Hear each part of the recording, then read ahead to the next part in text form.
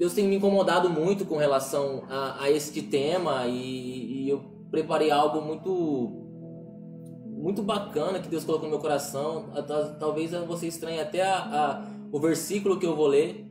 Talvez você fale assim, mas isso não encaixa nesse tema, Clodoaldo. Mas ao decorrer dessa palavra você vai acabar entendendo o que eu tô querendo dizer e o que eu quero pregar. Tá? Então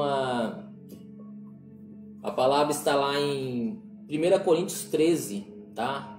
Abra sua Bíblia aí, leia comigo, 1 Coríntios 13, que fala sobre o amor. E eu quero ler junto com vocês esta carta tão bonita que Paulo escreveu à igreja de Corinto, e principalmente nesse versículo que eu acho que Paulo ele coloca muita ênfase em cima do amor, e é algo que tem faltado muito, né, nos dias de hoje em nossas vidas, amém? Diz assim, 1 Coríntios 13: ainda que eu falasse a língua dos homens e dos anjos, se não tivesse amor, seria como metal que soa ou como sino que tine. Ainda que eu tivesse o dom de profecia e conhecesse todos os mistérios e todo o conhecimento, e ainda que eu tivesse toda a fé, de toda maneira tal que transportasse os montes, se não tivesse amor, nada seria. Ainda que eu distribuísse toda a minha fortuna para o sustento dos pobres, e que eu entregasse o meu corpo para ser queimado, se não tivesse amor, nada se aproveitaria. O amor é paciente, o amor é benigno, o amor não inveja, não se vangloria, não se ensoberbece, não se porta inconvenientemente, não busca seus próprios interesses, não se irrita, não suspeita mal. O amor não se alegra com a injustiça, mas regozija com a verdade.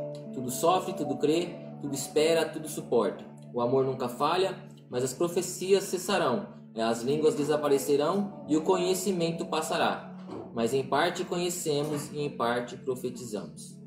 Mas quando vier o que é perfeito, então o que é parte será aniquilado. Quando eu era menino, falava como menino, pensava como menino, raciocinava como menino, mas logo que cheguei a ser homem, acabei com as coisas de menino. Amém? Nós vivemos hoje dias difíceis, né? Esses últimos tempos aqui que nós temos, esses últimos 4, indo para 5 meses que nós estamos vivendo essa pandemia do coronavírus, tem sido uma grande dificuldade para o cristão espiritualmente, né? Para o cristão mal acostumado, na verdade. Para o cristão que foi acostumado a somente ir para a igreja. Esses dias eu entrei até num debate com o bispo sobre os cristãos que vão para a igreja e que foram acostumados a ir para a igreja, mas não foram adaptados a adorar, não foram adaptados a crer na palavra, a ter fé, a caminhar nos princípios daquilo que Cristo pregou, né, no seu evangelho, nos dias em que ele esteve nesta terra.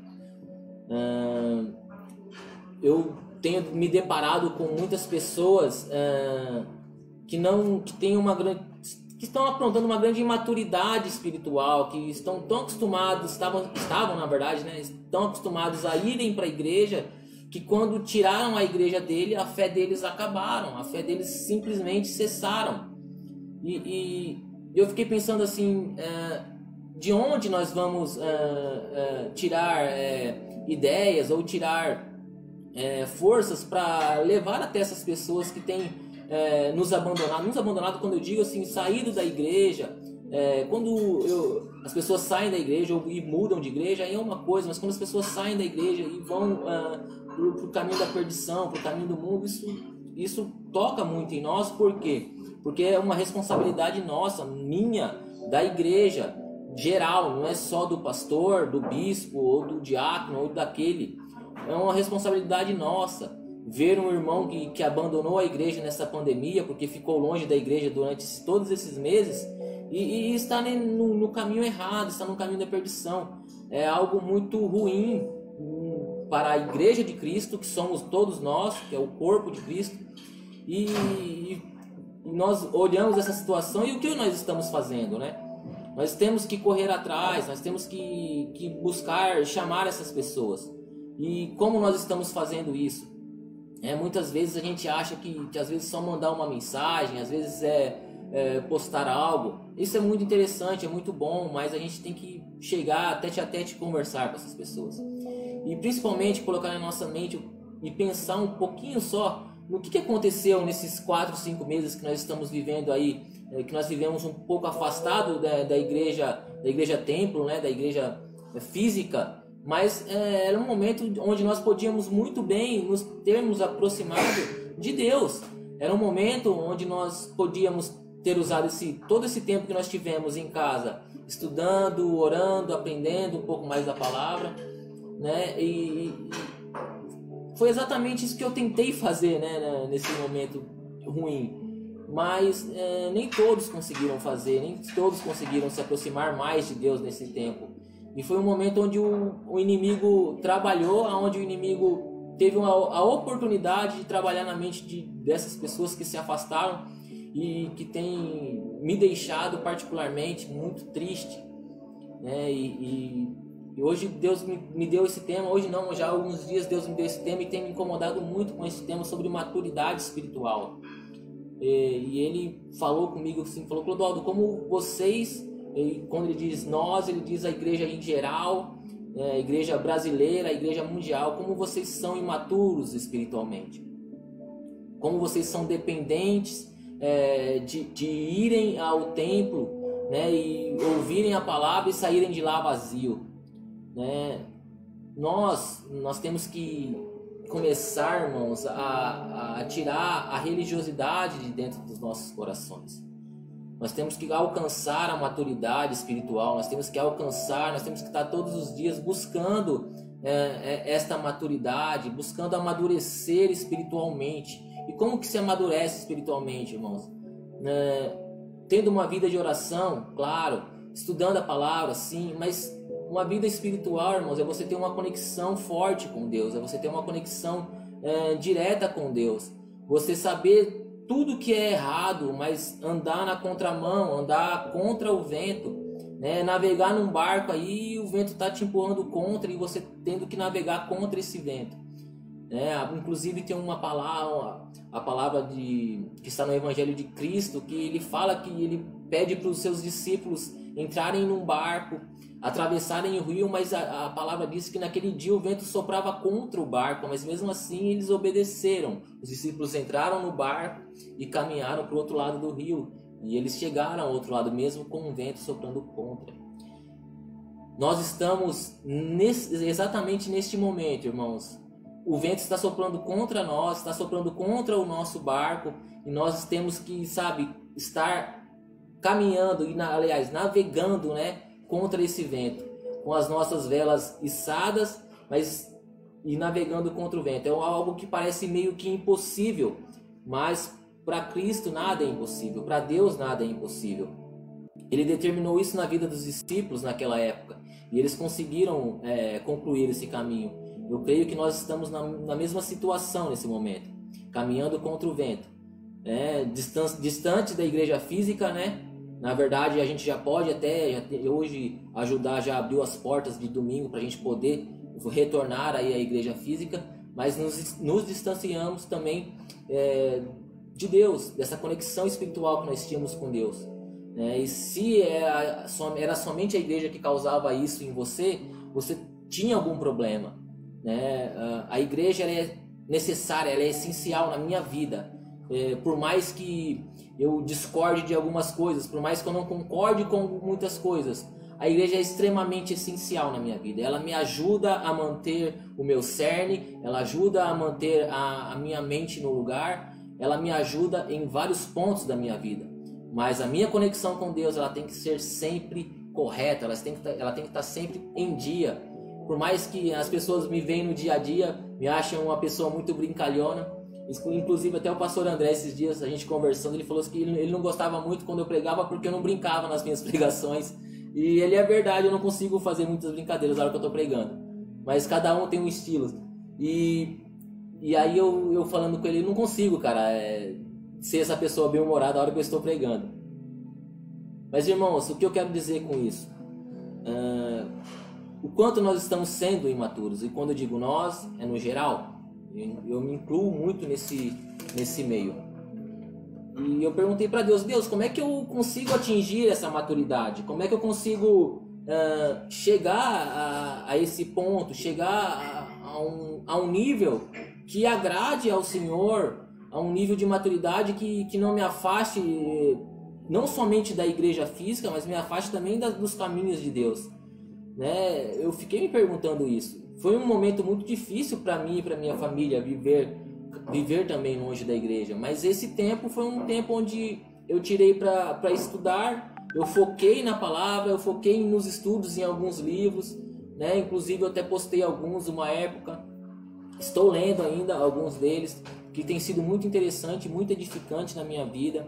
Leio a palavra do Senhor, leio a Bíblia, gosto muito de ler a Bíblia, e isso tem me mantido a minha mente ocupada e o meu coração transbordando de alegria e de amor por Jesus Cristo. Apesar de toda essa situação, apesar de eu estar vivendo longe da igreja física, foi um momento onde me aproximei mais das pessoas da igreja, inclusive do próprio Bispo Fabrício. Foi um momento onde em que nós conversamos muito, em que nós fizemos assim um laço de amizade muito forte e que me ajudou bastante também nesse momento. Então eu acho que esse tempo foi um tempo onde eu amadureci bastante espiritualmente. Foi um momento onde Deus, né, na verdade, pôde me mostrar onde eu estava errando, onde eu estava acertando, os pontos onde eu devia falar e aonde eu devia me calar, né? Porque tudo tem o seu tempo, tudo tem a sua normalidade, e nós temos que aprender isso, né, irmãos? Ser maduro espiritualmente é você começar a entender mais as pessoas. E quando eu li 1 Coríntios 13, quando eu estava pensando nessa palavra, Deus tocou no meu coração de ler 1 Coríntios 13, justamente porque Paulo fala do amor. E algo que Deus colocou no meu coração, irmãos, eu perguntei para Deus, como eu atinjo essa maturidade? Como que eu vou atingir essa maturidade espiritual, Senhor? Ele falou, fazendo o único pedido que eu pedi a vocês. Deus falou, o Espírito Santo falou isso comigo, falou, que é amar. Quando as pessoas aprendem a amar, quando as pessoas aprendem a compreender e a amar, você atinge um nível de maturidade espiritual muito grande, né? Porque Paulo ele dá várias características do amor, né? E, inclusive no versículo, acho que no versículo 4, do versículo 4 em diante, ele diz algo muito interessante. Ele fala que o amor é paciente, ele fala que o amor é bondoso, ele fala que o amor não inveja, ele fala que o amor não se vangloria, ele fala que o amor não tem orgulho, ele fala que o amor não maltrata, ele fala que o amor não tem seus interesses, que não se ira facilmente, que não guarda rancor, se alegra com a injustiça, não se alegra com a injustiça, se alegra com a verdade. O amor nunca se acaba. Quando eu li essa parte, foi aonde o Espírito Santo tocou no meu coração e falou, tá vendo? A maturidade é isso, é você aprender a amar, entender que o amor é tudo isso daqui que está descrito nessa carta que Paulo escreveu a Coríntios. E quando o Espírito Santo falou isso para mim, eu fiquei muito chocado, porque realmente é uma palavra muito, muito conhecida e que muitas vezes a gente não coloca a importância, ou seja, a ênfase necessária nesta palavra. A gente acha que amar é só abraçar, beijar, hoje não pode nem pegar na mão, mais nem abraçar, nem beijar, né? O irmão, mas a gente acha que o amor é isso, né? A gente acha que o amor, mas não é, cara. O amor é muito além do que nós estamos acostumados a oferecer para as pessoas. O amor é uma entrega, o amor é você compreender que as pessoas são diferentes de você, que as pessoas pensam diferente de você, que elas têm conceitos diferentes daquele que você tem. E compreender o amor se complica nessa parte, porque o amor não se baseia apenas num simples aperto de mão ou num simples abraço. O amor é você conversar, é você respeitar, é você olhar para um irmão que esteja necessitado ou para o seu discípulo, né? Como eu disse para vocês, a minha vida espiritual e a minha vida com o meu discipulador, o Bispo Fabrício, melhorou nesses 4 meses em que nós estamos nessa quarentena, nessa pandemia. Por quê? Porque eu aprendi a ouvir, eu aprendi a falar. Quantas e quantas vezes nós não discutimos, nós não debatemos sobre algo, sobre algum assunto, mas em nenhum momento eu pensei em abandonar a igreja por causa de uma discordância, ou por causa disso, ou por causa daquilo. Isso é atingir um nível de maturidade, irmãos. Mesmo você muitas vezes não concordando com algo, ou você não achando que isso ou aquilo está errado, problemas eu vou encontrar em todos os lugares. Enquanto nós estivermos nessa terra, em cada canto dessa terra que nós formos, nós vamos encontrar problemas, nós vamos encontrar dificuldades, nós vamos encontrar situações difíceis. Por quê? Porque todos os lugares são administrados por homens. A minha casa é administrada por mim e pela minha esposa, mas por ela, não por mim, tanto por mim, né? Mas você vai encontrar problema na sua casa, porque é você que administra ela. Você não tem nenhum tipo de problema no seu lar. Você é um cara, você é um homem ou uma mulher extremamente correto, perfeita, que nunca errou, que nunca tropeçou. Mas quando as pessoas erram com você, quando as pessoas tropeçam com você, o que é que você faz? Como você age? Né? Hoje nós não podemos pisar no pé de alguém que é um balbúrdio, algo, né, para transforma um mosquito num elefante. Eu acho que tudo se resolve na base da conversa. Foi um momento onde esse momento que eu estou passando assim, nós passamos um pouco longe da igreja, mas que eu passei muito perto de Deus. Eu aprendi o seguinte, que conversando a gente consegue se alinhar, conversando a gente consegue ter um bom relacionamento, né? E quando eu digo ter um bom relacionamento, não é só você falar algumas palavras para o seu discípulo ou para o seu pastor, é você, principalmente, como Paulo diz na palavra, que o amor é verdade, é você falar a verdade, você expressar, você não ter o medo de falar aquilo que você está sentindo para a pessoa, para o seu pastor ou para o seu discípulo, ou para o seu discipulador. Você tem que ter essa característica. O amor, uma das características do amor que Paulo diz nessa palavra é justamente isso, é a verdade, é sempre agir com a verdade e falar a verdade. Quantas e quantas vezes nós não guardamos algo dentro de nós, esperamos e aquilo vai acumulando, vai virando aquela bola de neve e de repente a gente explode, a gente, sabe, aí a gente pega e acaba fazendo besteira. Então, essa maturidade espiritual que eu quero falar para vocês, a gente encontra no amor. A principal característica de uma pessoa, de um cristão maduro, espiritualmente, é justamente o amor, porque quando a gente aprende a amar, quando a gente aprende a compreender, a gente atinge um nível de maturidade que dificilmente a gente vai regredir, dificilmente a gente vai voltar atrás. Não vai ser qualquer coisa que vai acontecer na sua vida ou na minha vida que vai fazer com que eu saia dos caminhos que Cristo, dos princípios que Cristo me ensinou. E isso é muito necessário em nossas vidas. Eu quero passar aqui algumas características que Paulo fala aqui, né? Ele fala que o amor é bondoso, né? Nós vivemos dias onde se encontram cada vez mais raras pessoas bondosas. Onde está a bondade das pessoas, né? Acontece alguma situação, né, na rua que você vai lá e ajuda alguém. Esses dias aconteceu de eu ajudar um senhor que estava atravessando a rua lá. Ele estava com muita dificuldade com aquele andador, eu acabei ajudando ele. E tipo, ele ficou meio que olhando espantado para mim, porque, né, a bondade estava ali. E quando acontece algo desse nível, as pessoas estranham. Nós fazemos algo correto no dia de hoje. Onde está a bondade do cristão? Eu quero falar da bondade do cristão, daquele que está na igreja, daquele que está, sabe, todos os domingos, todas as quintas, todas as terças dentro da igreja. Onde está a bondade dessas pessoas? Né? E o amor, ele é bom. O amor, ele é bondade também, como Paulo diz nessa carta. Onde estão os cristãos que exercem essa bondade? Onde estão os cristãos que exercem essa característica do amor? Nós temos, irmãos, que entender que nós temos que amar. Nós temos que praticar a bondade com as pessoas, né? Lembra lá do bom samaritano, né? O cara era de outra religião, de uma religião onde os judeus não gostavam, de que os judeus meio que abominavam naquela época, mas ele foi o cara que ajudou aquele judeu que estava ali, que tinha sido roubado, espancado, estava quase morto. Ele foi a única pessoa que carregou e colocou ele no cavalinho lá e levou até uma hospedaria para ele ser cuidado. É de pessoas assim que nós necessitamos dentro e fora da igreja. É de cristãos assim que Cristo, quando Cristo contou essa parábola, ele estava contando para nós, nos dias de hoje também.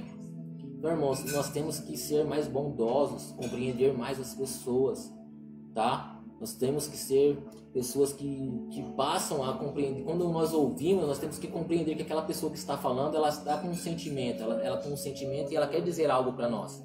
Amém?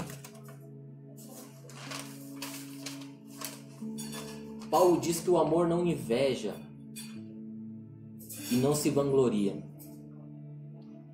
Ao lado de quantos invejosos você vive hoje? Você tem ideia de quantas pessoas te invejam? Às vezes você pode pensar assim, eu não tenho nada. Mas as pessoas te invejam. As pessoas invejam você pela sua postura, as pessoas invejam você porque você é um cara bacana, porque as pessoas gostam de você. Às vezes você não pode ter nenhum tipo de riqueza financeira. Você pode não ter um carro, você pode não ter uma casa, mas as pessoas te amam. E acredite ou não, isso causa inveja também nas pessoas que vivem ao seu redor. E isso acontece entre os cristãos também. Irmão, no amor não existe inveja. No amor não existe quem se vangloreia. Não existe quem vai sentir inveja. Não existe cristão que sinta inveja um do outro.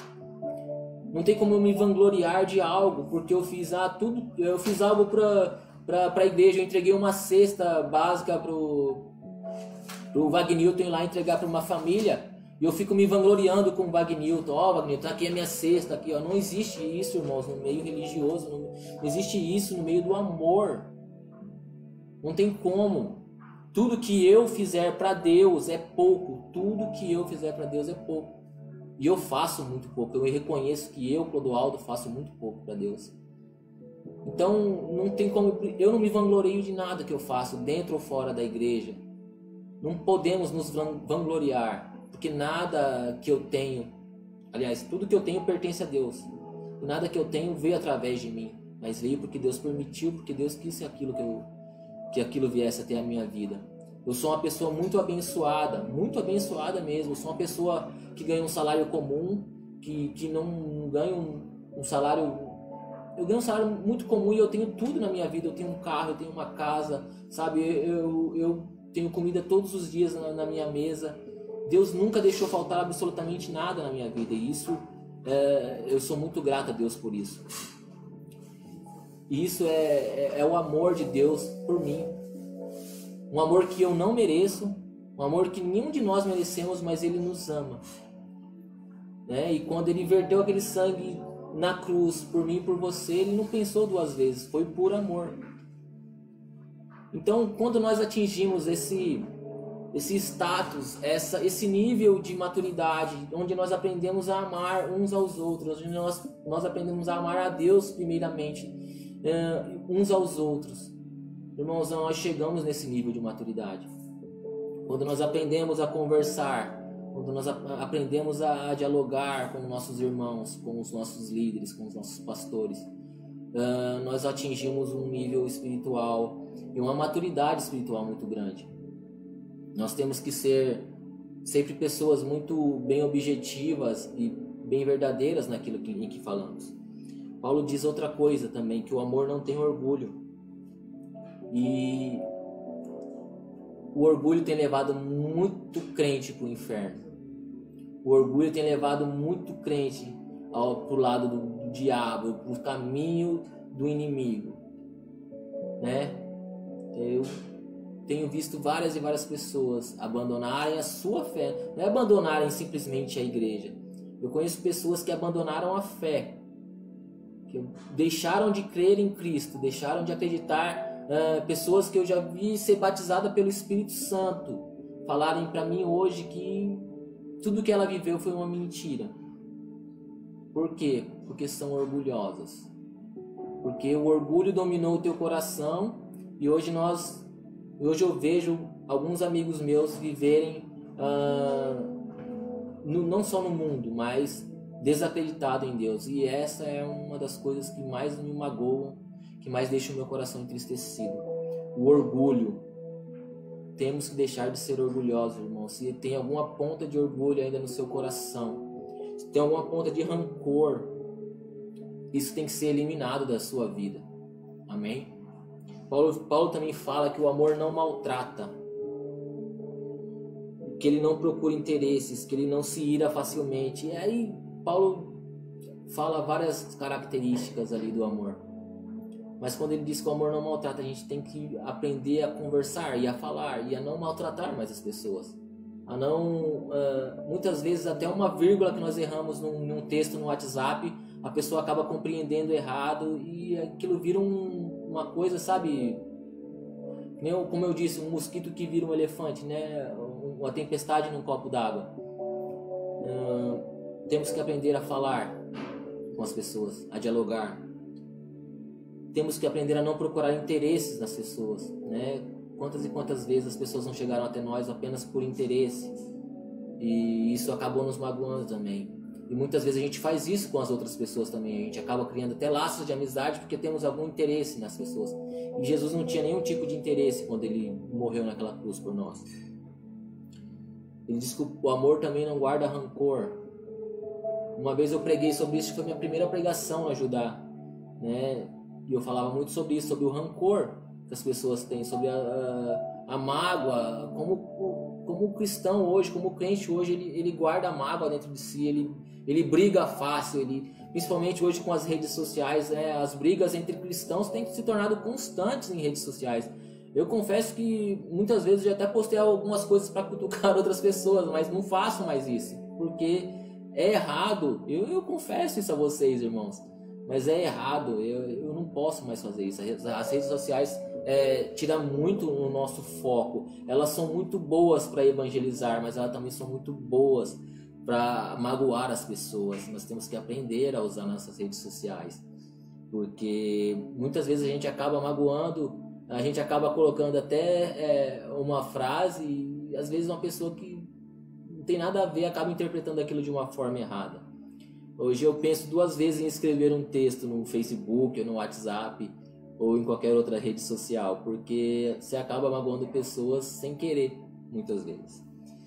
Mas, irmãos, é isso. Eu estou concluindo aqui a minha palavra, mas eu quero dizer algo. Temos que ser maduros. Como eu quero citar aqui alguns nomes da Bíblia que Deus colocou no meu coração. Nós temos que ser maduros como Jó. Por que Jó? Mesmo perdendo tudo, Jó, ele adentrou, ele se prostrou diante de Deus e o adorou. Mesmo perdendo tudo. Olha a capacidade de maturidade de Jó. Quando ele perdendo tudo, perdeu seus filhos, perdeu sua casa, perdeu suas riquezas, ele perdeu absolutamente tudo, e a mulher dele ainda na orelha dele, enchendo a paciência dele, ele foi lá, se prostrou e adorou a Deus. Nós temos que ser maduros como José, que mesmo todo mundo querendo acabar com os seus sonhos, ele continuou, ele persistiu, e ele acabou, se tornando governador do Egito. Porque ele não desistiu, porque ele foi maduro o suficiente, mesmo sendo um menino, né? Que a Bíblia fala que ele era muito jovem quando os irmãos o venderam e quando começou toda a história de José. Então ele chegou a um ponto de maturidade onde ele não desistiu dos seus sonhos, onde ele não desistiu daquilo que Deus tinha prometido para ele. Irmãos, maturidade é algo que nós devemos buscar incessantemente, porque diante das nossas imaturidades temos perdido muitas vidas para o diabo, temos perdido muitas vidas para o inimigo, enquanto nós ficamos discutindo em redes sociais. Nossos irmãos estão saindo da igreja e indo para o mundo, enquanto nós ficamos discutindo besteira, enquanto nós ficamos ali, uma vez eu ouvi uma frase, né, que tá lá, dois crentes brigando um com o outro e o diabo dando risada. É exatamente isso que está acontecendo nesse momento. Nós aqui brigando um com o outro e o diabo dando risada na nossa cara. Nós temos que ser mais maduros espiritualmente. Quando eu digo maduro espiritualmente, não é você se tornar uma pessoa chata, não é isso, não é nada disso. Maduro espiritualmente é começar a compreender que as coisas nem sempre, que o mundo não gira ao seu redor, tá? Que nem sempre você será o dono da razão, né? Que não existe apenas a sua verdade, mas o amor, ele te ensina isso, e o amor faz você se tornar mais maduro.